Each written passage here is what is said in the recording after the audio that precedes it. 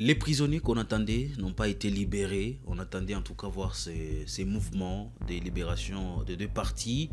Mais un offre de soulagement dans l'actualité à l'est de la République démocratique du Congo. Un convoi du CICR est arrivé à Minembwe. Nous avons longtemps crié blocus humanitaire. Ça commence déjà à aller petit à petit. On y croit en tout cas, il faut espérer. Le CCR est arrivé, on en parle aujourd'hui. Également, on analyse les questions d'actualité au courant de cette semaine. Il est 17h30 à Goma. Mesdames, Messieurs, bonjour et surtout bienvenue. Des heures de moins un temps universel. J'espère bonjour et bienvenue. Merci, bonjour Blaise, bonjour ceux qui nous suivent de partout à travers le monde en ce moment. On parle de la situation à l'est de la République démocratique du Congo. Nous allons coiffer la situation d'abord par ce qu'on attendait au courant de cette semaine. 10 jours ont fini, mais il n'y a pas eu un mouvement de libération de prisonniers entre les deux parties. En tout cas, le front diplomatique peine à produire des fruits escomptés et attendus par le peuple congolais.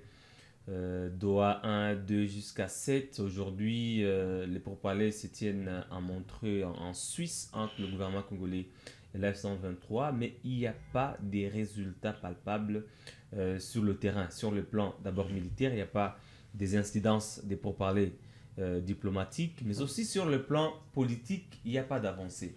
C'est depuis plus d'une année que l'H123 parlait des prisonniers politiques, notamment des civils qui avaient été liés à ces mouvements politico-militaires, arrêtés à Goma, transférés à Kinshasa, gardés à Ndolo, arrêtés à Isiro, à Bunia et à Kinshasa, d'autres même à l'extérieur du pays, extradés à Kinshasa, mais jusqu'à aujourd'hui, ils n'ont jamais été libérés. Selon le porte-parole de l'F-123, ce sont des civils qui ont été liés abusivement à l'F-123.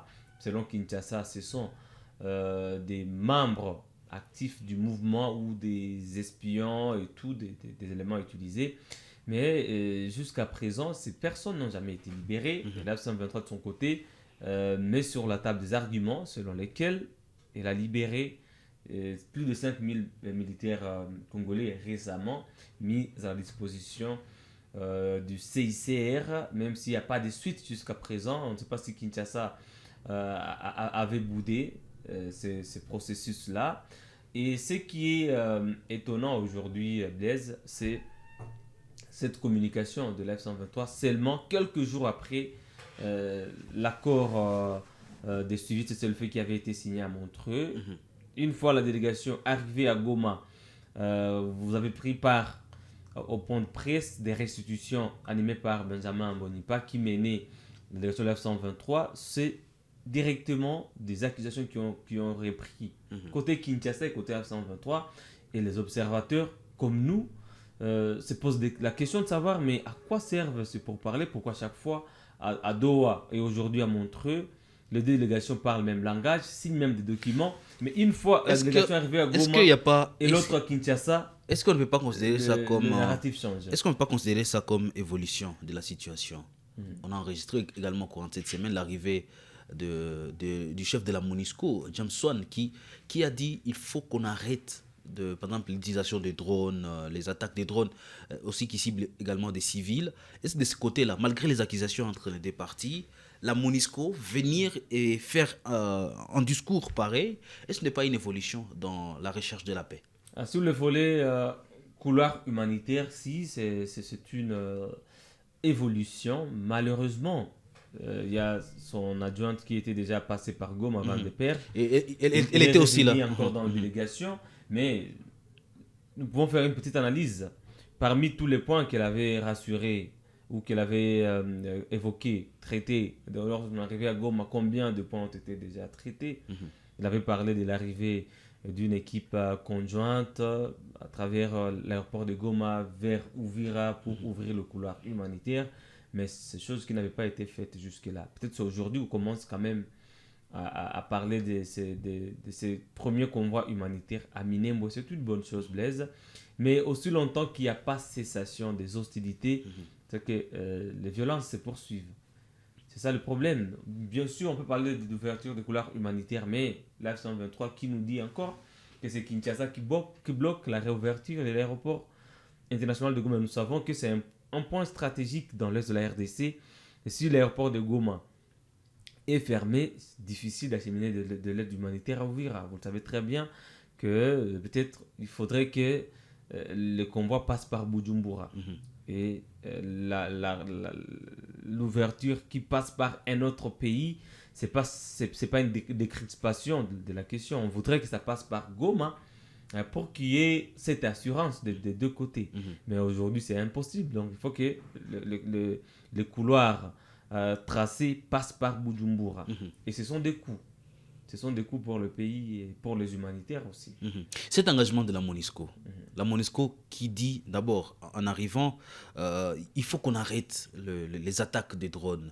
La MONUSCO qui est partie vers Mubambir, on a même diffusé un reportage qui dit la neutralisation des FDLR reste une priorité pour la MONUSCO. Est-ce que ce n'est pas des avancées? J'y reviens sur ma question. Donc moi je dirais que ce ne sont pas des avancées ou qu'il ne s'agit pas d'une avancée parce que déjà la MONUSCO n'est pas partie prenante pour parler des Doha. Et nous savons que c'est Doha. Mais il reste comme observateur. C'est un partenaire opérationnel. Sur le terrain, la MONUSCO c'est un partenaire opérationnel. Censé accompagner le processus sur le plan logistique. Bien sûr, surtout le suivi du cessez-le-feu. Et sur le plan logistique. Un appui logistique surtout au gouvernement congolais. Parce que la MONUSCO est partenaire logistique du gouvernement congolais, mais ne l'est pas pour l'AFCM 23. Il faut faire la nuance. Et pourquoi moi je dis que c'est bien sûr, c'est une bonne chose, mais pas une avancée.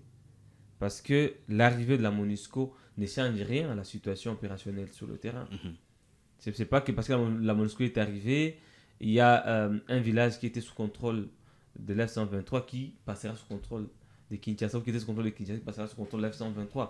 Les efforts sur le terrain restent guidés par les rapports de force. Et les rapports de force est maintenu par la partie qui détient beaucoup de forces dissuasives sur le terrain, comme vous le savez. C'est-à-dire qu'il n'y a pas un mot d'ordre qui est donné par la MONUSCO pour dire cesser les hostilités et demain nous allons observer à un cessez-le-feu. La MONUSCO passe, mais le lendemain, il y a une université bombardée à Minembwe. Et Ebenezer. Le lendemain, c'est Kibati qui est bombardé. Le lendemain, c'est les affrontements qui seront signalés après de Massissi Centre. C'est-à-dire que c'est un passage, bien sûr, qui sur le plan humanitaire peut donner de l'espoir, mais sur le plan militaire, sur le plan opérationnel, ça ne change rien du tout. Nous avons beaucoup parlé de Minembwe. Quand on parlait de la situation à l'est de la République démocratique du Congo, d'ailleurs on parlait dans Blocus, hier on a diffusé une vidéo qui revenait sur le coût de la vie devenu très difficile, un savon de toilette qui se vend à 25 000 francs congolais à Minembwe. Un petit paquet de sel qui se vend à 50 000 francs. Mais nous avons vu quand même les CICR arriver. Comment on interprète ça?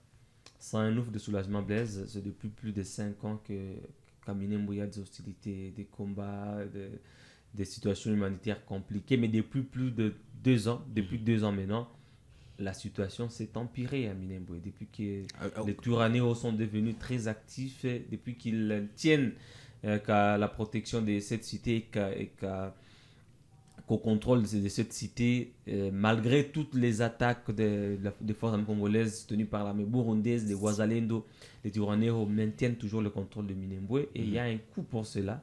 Le coût est non seulement matériel, mais aussi humain. Parce que dans le combat, les Twirwaneho perdent non seulement ses combattants, mais il y a aussi des dégâts collatéraux, des bombardements qui peuvent toucher aussi les civils.